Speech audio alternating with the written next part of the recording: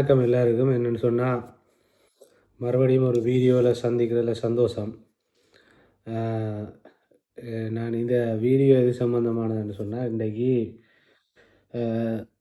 நாங்கள் எல்லாம் பரவலாக பார்க்குறோம் இந்த சமூக ஊடகங்களில் ஒற்றுமையாகிற தமிழ் தேசிய கட்சிகள்.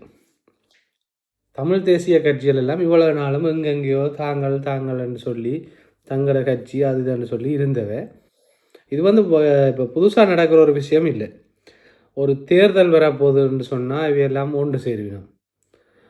அல்லது ஏதாவது ஒரு என்ன சொல்கிறது, தமிழ் தேசியம் சம்பந்தமாக இவேண்ட அரசியல் எங்கெல்லாம் முற்றுப்புள்ளி வைக்கப்படுதோ அந்த இடங்களில் டப்பன்னு ஒன்று சேருவினோம். அதே மாதிரி இப்போ நீங்கள் பார்த்தீங்கன்னு சொன்னால், இப்போ இந்தியாவில் முதலமைச்சராக விஜய் வந்ததுக்கு பிறகு உங்களுக்கு தெரியும், இந்த சைக்கிள் கூட்டணி ஏதோ ஒரு பேரவை என்று சொல்லி, ஏதோ மக்கள் பேரவையோ ஏதோ ஒரு பேரவை என்று சொல்லி ஒரு 4-5 பேர் கொள்ளைக்காரர் எல்லாரையும் சேர்த்து கொண்டு அங்கே போய் நாங்கள்லாம் இலங்கை தமிழர்கள பிரதிநிதிகள்னு போய் நின்றுவேன். இப்போ பார்த்தா, இப்போ நான் கிட்டல பார்த்தேன் நேற்று முந்தின நாள் இன்னொரு நியூஸ் போயிடுச்சு. ஏதோ ஒரு கூட்டணின்னு சொல்லி இந்த புல்லட் சித்தார்த்தன் அவையல் எல்லாம் கொஞ்சம் பேர் சேர்ந்துக்கிட்டு இங்கே கொழும்புலேயே இங்கே இருந்து ஏதோ ஒரு பேட்டி கொடுத்து ஏதோ ஒரு மாநாடு நடத்த போகிறோமோ ஏதோ செய்ய போகிறோம்னு சொல்லி அவை ஒரு கூட்டணி. இப்போ தெல்லிப்பளை வைத்தியசாலையில் நான் ஏற்கனவே ஒரு வீடியோ ஒன்று பதிவு செய்து போட்டிருக்கேன். தெல்லிப்பளை வைத்தியசாலையில் ஒரு 3 கட்சி சேர்ந்து இப்போ கூட்டணி. இப்போ இதில் என்ன பிரச்சனைன்னு சொன்னால், இப்போ சுமந்திரன் தலைமையிலான கூட்டணி ஒன்று எங்களுக்கு தெரியும். இதில் கொழும்புலேயோ இங்கேயோ ஒரு பேட்டி ஒன்று கொடுத்துருந்தது. முஸ்லீம் மக்கள் எல்லா தமிழ் கட்சிகளும் சேர்ந்து ஒரு கூட்டணி. இந்த ஒரு விஷயத்தை நாங்கள் விளங்கிக் கொள்ளணும். தேர்தலுக்காகவும் தங்களோட அரசியல் நிலைகளை காப்பாற்றுறதுக்காகவும் இந்த கூட்டணி சேர்க்கப்படுதா இல்லை மக்கள் நலனுக்காக சேர்க்கப்படுதான்ற ஒரு விஷயத்தை நாங்கள் மிக தெளிவாக விளங்கி கொள்ளணும். இப்போ எங்களுக்கு தேவை என்னன்றதையும் நாங்கள் முதலாக விளங்கி கொள்ளணும். இப்போ நாங்கள் மக்களாக சிந்திப்போம், அரசியல் கட்சி என்ற சிந்தனை வேண்டாம். ஏன் வைத்தியர் ராமநாதன் அர்ச்சுனாவுக்கு பின்னால் நாங்கள் நிற்கிறோம்னு சொன்னால், அவர் கட்சி அரசியல் செய்கிறதுக்கு எங்கேயுமே தீவிரம் காட்டையில். கட்சி வளர்ச்சி அடையணுமா, கட்சி தேவை இல்லையான்னு கேட்டால் கட்சி என்ற ஒன்று தேவை, அதுக்குள்ளே ஒரு சரியான கட்டமைப்புன்றது தேவை.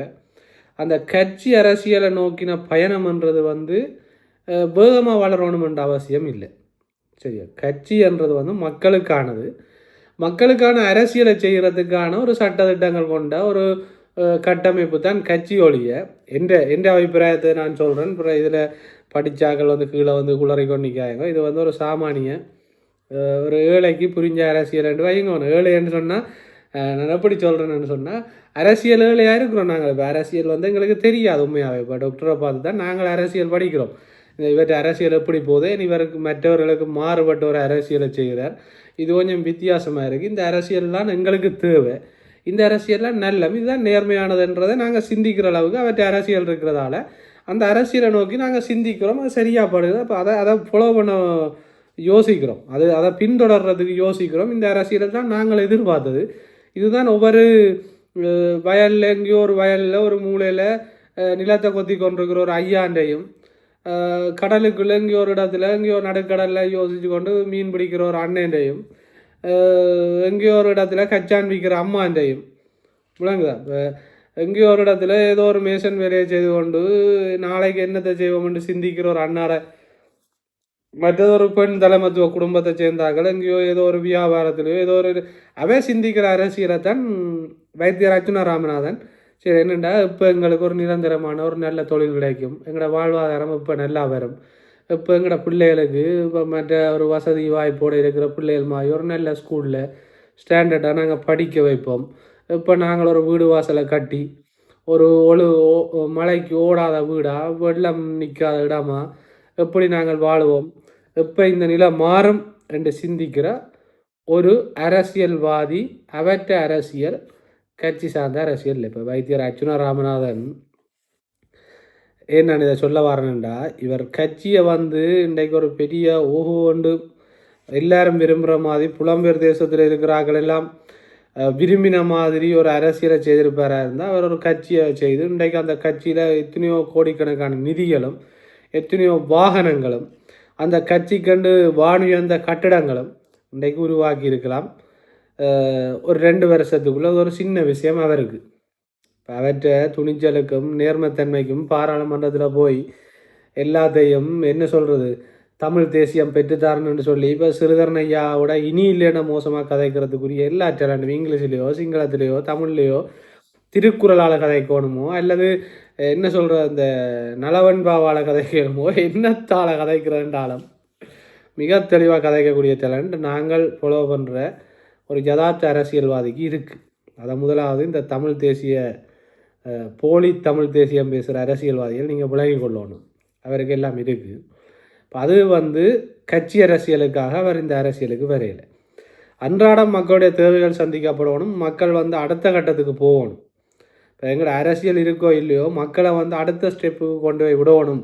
கையேந்திர நிலைமையை விட்டு தாங்களாக உழைச்சி தாங்களாக அபிவிருத்தி அடைஞ்சு தாங்களாக அடுத்த கட்டத்துக்கு போகிறதுக்குரிய ஒரு ஏற்பாட்டை செய்யணுமென்ற ஒரு அரசியலுக்கு பின்னால் தான் நாங்கள் நிற்கிறோம். இப்போ ஏன் இந்த அரசியலை புறக்கணிக்கணும்னு சொன்னால் ஒரு பாமர மக்களுக்கு இந்த அரசியல் சரியாக விளங்கிட்டுதுன்னு சொன்னால் இவேண்ட அரசியலுக்கு முற்றுப்புள்ளி வந்துடும் வச்சாச்சு. இவேண்ட அரசியலுக்கு பாட கட்டணும். பாட கட்டிடலாம். 2 தான் இன்றைக்கு இப்போ வைத்தியர் ராமநாதன் ஆச்சுன்னா இப்போ சிறுதரன் ஐயாண்ட காணியை போய் பிடிச்சி கொண்டு அல்லது இந்த வீட்டை போய் பிடிச்சி கொண்டு அல்லது அவர் வச்சுருக்கிற புட்சிட்டிகள் எதை வச்சுக்கிறாங்க அந்த புட்சிட்டிகளுக்கு போய் நின்று கொண்டு அதில் போய் அதை பிடுங்கி எடுக்கிறதுக்காகவோ அல்லது அதுக்கு சண்டை பிடிக்கலையே.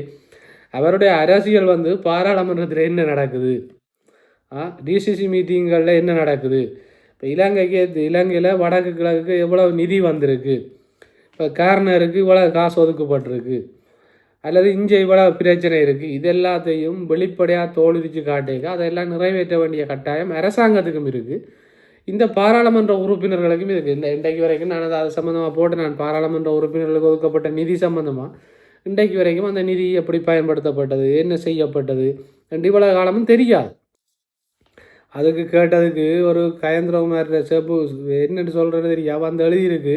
அவர் எடுவிகேஷனுக்கும் ஃபுட்டுக்கும் நிதி ஒதுக்கி இருக்கிறாராம்.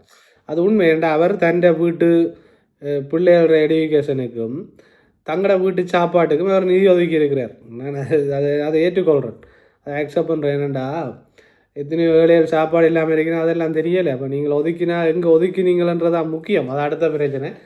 இப்போ நான் என்ன சொல்ல வரேன்னு சொன்னால் இந்த தமிழ் தேசிய கட்சிகள் எல்லாம் எலெக்ஷன் நேரங்களில் ஒன்று சேர்றதுக்கு காரணம் என்னென்னு சொன்னால் மக்களை ஏமாத்துறது. எப்படின்னு சொன்னால் எங்களோட ஆக்கள் எல்லாம் ஒன்று சேர்ந்துருக்கிறாங்க. அதாவது தமிழ் தேசியம் பேசுகிற உணர்வாளர்கள் எல்லாம் அங்காள சிறுதரன் கிளிநொச்சிய தேசியத்தை பெற்றுத்தர போகிறார், இங்கால கயந்திரமார் யாழ்ப்பாணத்துக்குள்ளே தமிழ் தேசியத்தை கொண்டு வர போகிறார், எல்லாம் புலிக்கொடியை ஏற்றி பறக்க விட போகிறாங்க. தேசிய தலைவரை எங்கே இருக்கிறாருன்னு தேடி கொண்டு திருப்பி ஒரு தமிழ் இல்லத்தை கட்டி எழுப்ப போகிறாங்களன்ற மாதிரி இவங்கள் ஒவ்வொரு தேர்தல்கள் வரைக்கும் பொது கட்டமைப்பு கொண்டு வருவாங்க. அரியநேந்திரன் என்றவர் இப்போ எங்கேன்னு தெரியாது, ஆனால் திடீரென்று வருவார் எலெக்ஷன் நேரங்களில் அவரை கொண்டு வருவினோம். அல்லது இப்போ நீதிபதி இளஞ்செழியன் ஐயா இப்போ இந்த வெளிநாடெல்லாம் திரிஞ்சு சாக்கடையை பூக்கடையாகிறன் அதாகிறன் ஒன்று திரிஞ்சவர். இப்போ ஆள் எங்கேன்னு தெரியாது, உண்மையாகவே அவர் சம்மந்தமான நியூஸ் ஒன்றும் வரையில்லை. திடீரென்று என்ன செய்வாங்கன்ட்டு அவரை கொண்டு வருவாங்க. கொண்டு இந்த நாங்கள் கொண்டு வரோம் அதை செய்கிறோம் இதை செய்கிறோம் அப்படி இப்படின்ட்டு பிக்கிறோம் பிடுங்குறோம்ட்டு கொண்டு வந்துட்டு கடைசியாக என்ன செய்வாங்களாண்டா அந்த டைம் முடிஞ்சோடனே எல்லோரும் சண்டை பிடிப்பாங்க. நீ இவ்வளோ காசு எடுத்துட்ட நீ இவ்வளோ காசு எடுத்துட்ட நீ அதைத்தான் இதைத்தான்ட்டு சண்டை பிடிச்சி யார் முதலாவது தேசிய தலைவர் யார் 2வது தேசிய தலைவர் பதவி சண்டையில் எல்லோரும் பிரிஞ்சிடுவாங்க. அப்புறம் என்ன செய்வாங்கன்னா அடுத்த தேர்தலுக்கு கொண்டு சேருவாங்க. இப்போ இந்த நாடகம் மக்களுக்கு புரியாத வரைக்கும் இவங்கள் இந்த நாடகத்தை போட்டுக்கொண்டு இருப்பாங்க. இப்போ என்னென்னு சொன்னால் இப்போ டாக்டர் அர்ச்சுனா போய் இப்போ நாங்கள் சில விஷயங்களை கதைக்கலாம். இப்போ அவர் கதைச்சாரா கதைக்கலையா, விஜயோட போய் என்னத்தை கதைச்சார், முதலமைச்சர் விஜயோட என்னத்தை கதைச்சார், அவன் அமைச்சர்மாரோட என்னத்தை கதைச்சார், அது கதைச்சவரா இல்லையா அல்லது கதைக்கலையா அல்லது என்ன நடந்தது எல்லாம் இப்போ இவங்களும் உள்ளே போய் அங்கே இங்கே இவங்களுக்கும் ஒரு ஒன்று இருக்குன்னு தானே. இப்போ என்னத்தை கதைச்சிருக்கிறார், என்ன செய்ய போகிறார், விஜய் என்ன செய்ய போகிறார், விஜய் எப்படி அடுத்த கட்டத்தை நகர்த்த போகிறார் என்ற விஷயங்களை அறிகிறதுக்கு தான் இந்தியாவுக்கு போய் அங்கே இங்கேயும் கடிதங்களை கொடுத்துக்கொண்டு சும்மா இப்போ பதவியில் இல்லாத சீமானிட்ட எல்லாம் கோரிக்கை வச்சுருக்காங்க. மண்டே ஒன்று இருக்கின்றதுக்காக அதுக்கு பலம் இருக்கான்னு பார்க்கணும். அதிகாரத்தில் இல்லாத சீமானிட்ட எல்லாம் கொண்டே கடிதம் கொடுத்துருக்குறாங்க. அதை நிறைவேற்றுங்க கொண்டு இப்போ அவர் சரி அதை விடுங்க, அதை அந்த சப்ஜெக்ட்டுக்கு வேண்டாம், நாங்கள் பிரியோசனம் இல்லாத காட்சி வேலை இல்லை. இப்போ நான் என்ன சொல்ல வரேன்னு சொன்னால், இவங்க ஒன்று சேர்றது வந்து மக்களை காட்டுறது, இதால் ஒன்றுமே நடக்க போகிறதில்ல. இப்போ என்ன செய்கிறாங்கன்னா, இப்போ வந்து கிரெடிட் பெறுறதுக்கு, இப்போ டாக்டர் ஏதோ செய்து போட்டு வந்துட்டார், ஏதோ கதைச்சிட்டு வந்துட்டார், டாக்டர் அமைதியாக இருக்கிறார். இப்போ டாக்டர் வந்து சிலதை ஓப்பனாக கதைக்கிறவர், இந்த விஷயத்தில் அமைதியாக இருக்கிறார். அப்போ ஏதோ ஒன்று பெருசாக நடக்க போகுது. டாக்டர் ஒன்று அரசாங்கத்துக்கூடாக கொண்டு வந்து ஏதாவது ஒரு நிதி ஒதுக்கீடுகளையோ என்னத்தையோ கொண்டு வந்து இங்கால வடக்கு கிழக்கில் ஒரு அபிவிருத்தியை செய்கிறதுக்கு போய் கதைச்சிட்டாரா? இப்போ இவங்களுக்கு அது குழப்பம். இவங்களை எதுக்கு ரை பண்ணுறாங்கன்னு சொன்னால், என்ன நடந்தாலும் நாங்கள் தான் செய்தனாங்களேன்னு சொல்லணும் என்றதுக்காக இப்போ பிள்ளைகள் மூச்சு வாங்க ஓடி திரியுது.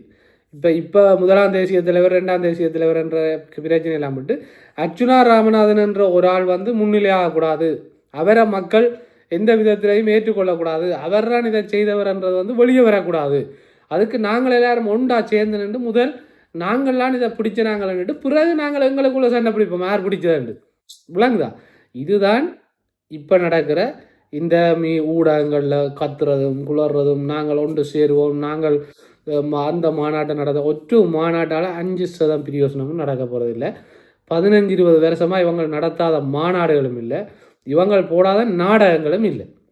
ஒரே ஒரு தனி மனிதனுக்காக இவ்வளவு பேரும் சேர்ந்து அடிபட்டு குத்துப்பட்டு நின்று அங்கே நெளிஞ்சு இஞ்ச நெளிஞ்சேண்டா இவங்கள் தங்களோட பதவிகளுக்காகவும் கதிரைகளுக்காகவும் ஆற்ற காலையும் தாராளமாக விழுவாங்க.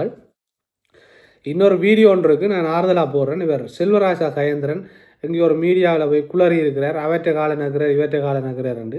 இப்போ நாங்கள் நக்கிறார் சாப்பிட்றாருன்ற கதையை விட்டுட்டு நாங்கள் கொஞ்சம் டீசெண்டாக கதை பார்ப்பேன். அவருக்கு வந்து அது பழகிட்டு, ஏன்னாண்டா ஆமிக்காரரையும் போலீஸ்காரரையும் பேசுகிறது, அவங்க 2 காலையும் கையிலையும் தூக்கி கொண்டு போவாங்க. அங்கால போன பிறகு ஓகே சார் நன்றி, வீடியோவுக்கு நீங்கள் லைக் பண்ணதுக்கு நன்றி, நான் அடுத்த போராட்டத்தில் உங்களை சந்திக்கிறேன்னு சொல்லி போட்டு போகிற மாதிரி இல்லை. நாங்கள் அப்புறம் இப்போ அது சம்மந்தமாக இப்போ ஒன்று சேர்றதுக்கு வலிக்கிறதுக்கு காரணம் ஏன் நான் இந்த வீடியோ சொல்கிறேன், இந்த வீடியோவில் நிறைய பாமர மக்கள் வந்து இந்த வீடியோவை பார்க்கினோம். இப்போ அவைக்கு நான் ஒரு தெளிவூட்ட கொடுக்கணும். இப்போ அறப்படிச்சாக்கள் மெத்த படித்தாக்களுக்கு இந்த கருத்துக்களோ இந்த வீடியோக்களோ வந்து பெருசாக யூஸ் ஆகாது. ஏன்னா நீங்கள் அறப்படித்தது தானே. அப்போ என்ன மாதிரி இருக்கிறார்களுக்கு தான் இந்த வீடியோ. நாங்கள் முட்டாளன்று வச்சுக்கொள்ளுங்க, நாங்கள் முட்டாளாக இருக்கிறார்களுக்கு தான் வீடியோ. நாங்கள் இந்த வீடியோவை பார்த்து நாங்கள் கதைச்சு எங்களுக்குள்ளே நாங்கள் சில முடிவுகள் எடுக்கணும் என்றதுக்கு தான் இந்த வீடியோடைய. உங்களுக்கு இல்லை வந்து சும்மா எல்லாம் கொமெண்ட்கள் எழுதி போட்டு நேரத்தை வீணாக்கி போட்டு போங்க, அது பிரச்சனை இல்லை. அதனால் நான் ஒரு துளியளவும் குறைய போகிறதில்ல. கொமெண்ட்டுகள் கூட கூட என்ன பார்க்குறாங்களும் என்ன ஆதரிக்கிறாங்களும் கூடிக்கொண்டிருக்கணும். அதனால் எந்த பிரச்சனையும் இல்லை. அதால் அதை ஒரு பக்கம் இருக்க தமிழ் மக்கள் வந்து சரியான ஒரு அரசியலை தெரிவு செய்யுங்கோ. போலி அரசியல்வாதிகளுக்கு வந்து முற்றுப்புள்ளி வைங்கோ.